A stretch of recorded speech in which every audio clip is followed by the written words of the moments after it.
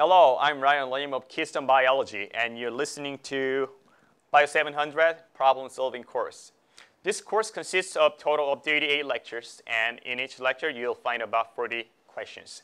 So that gives you about 1,500 questions. That's tons of questions, right? But I didn't just put in all the random questions. Those questions were carefully selected and revised from the real estate questions that I've compiled over the past few years and from really important books. So needless to say, after perfect completion of this course, your score will boost up a lot, right? However, there's one condition. You need to solve the questions at least 3 times, all right? And the best and yet easiest way to do this is by making your own notepad with the questions you got wrong or didn't know. So I'm going to give you a little tip on how to make this. First, you just print out the whole lecture, maybe 4 slides per page, and then solve the whole lectures twice or 3 times. And make sure you do not write answer on it, but instead just to write the explanations on it so that you can know why you got this question wrong and what was the point that you didn't understand, right? And then either cut and paste or copy down the questions on your notebook and solve the notepad multiple times. That's what you need to do. So as you're drawing near to the test day, you'll get more and more confident because the only thing you need to hold on to is these 2 little notebooks. First one for your main lecture, the review notepad, and the second one for this problem-solving course, right? In my past experience, over the few years, I've never seen a single student who've got over 700 without the 2 notes. So make sure you make it, okay? Because this course, biology, never betray the time and effort you put in, all right? All you need to do, trust me, and follow my lead.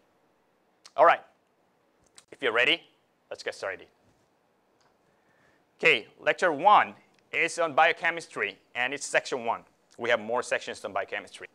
Okay, let's get to number 1. What happens to an enzyme during a biochemical reaction? It's about enzyme, right? On exam, I guarantee you're going to see at least 1 or 2 questions on enzyme. And what's the most important thing about enzyme? This is organic catalyst, right? Organic catalyst.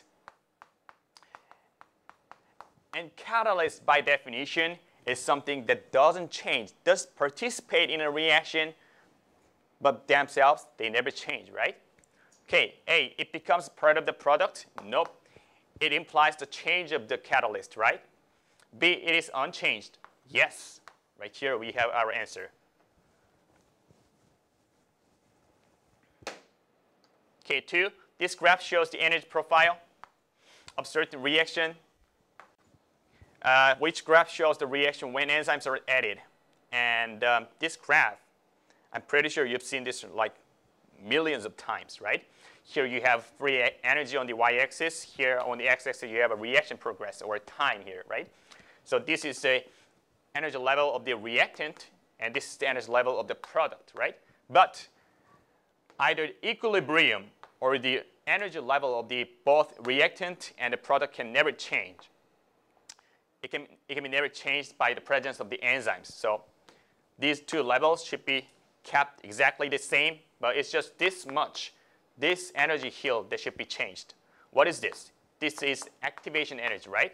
The amount of the energy you need to overcome, to complete, or push off this reaction from reactant to the product part, right?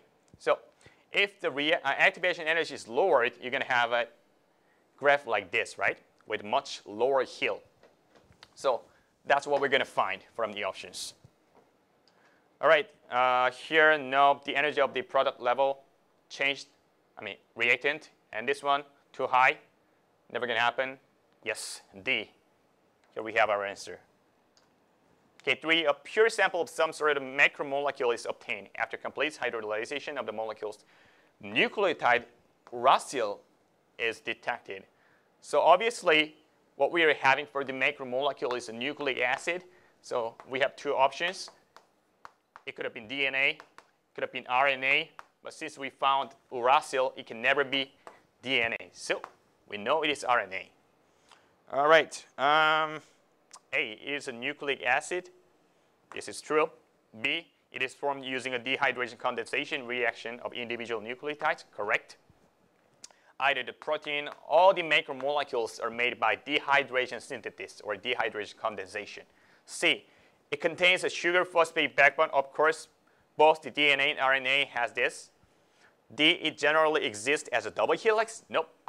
This is a configuration that can be only found in what? DNA. So D is wrong statement.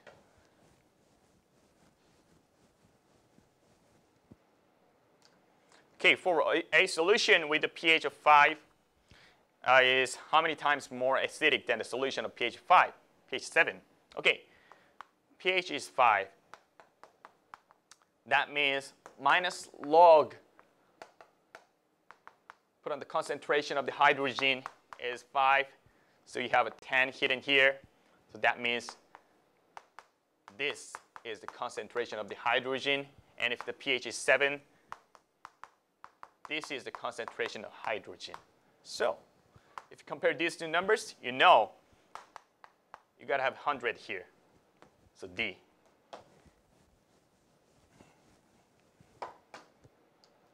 Okay, 5. Which of the following is a polymer? 1. Hemoglobin. What is it?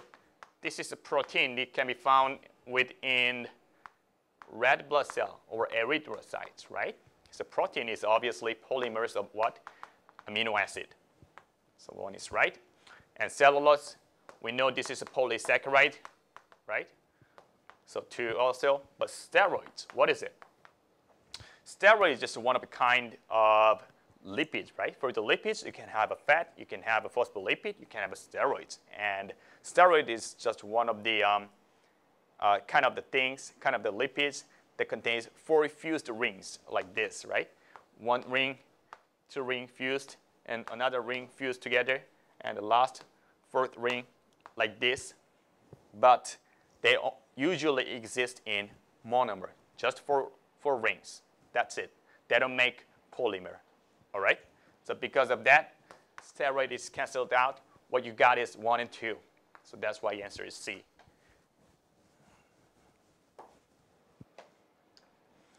Okay, question 6 to 7. I know this is phospholipid because you have 2 tails, 2 fatty acids, which is made of the hydrocarbon. So this is basically hydrophobic region. And what you have here is, along this one, glyceride. Okay, glyceride, and this part on the top of the glyceride, phosphate group, or just simply Pi. Right? So let's see what questions are asking. 6, which of the following describes the molecule above? It is phospholipid, right?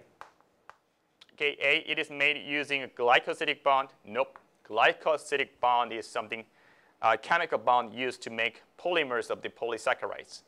So nope, it is not a polysaccharide. B, it provides a template for protein synthesis. Nope. It's talking about mRNA. It is a nucleic acid. C, it is a type of steroid. Nope. Type of lipids. D, it is an amphipathic molecule. Yes. What does amphipathic means? Amphi means like bi on the both sides, right? So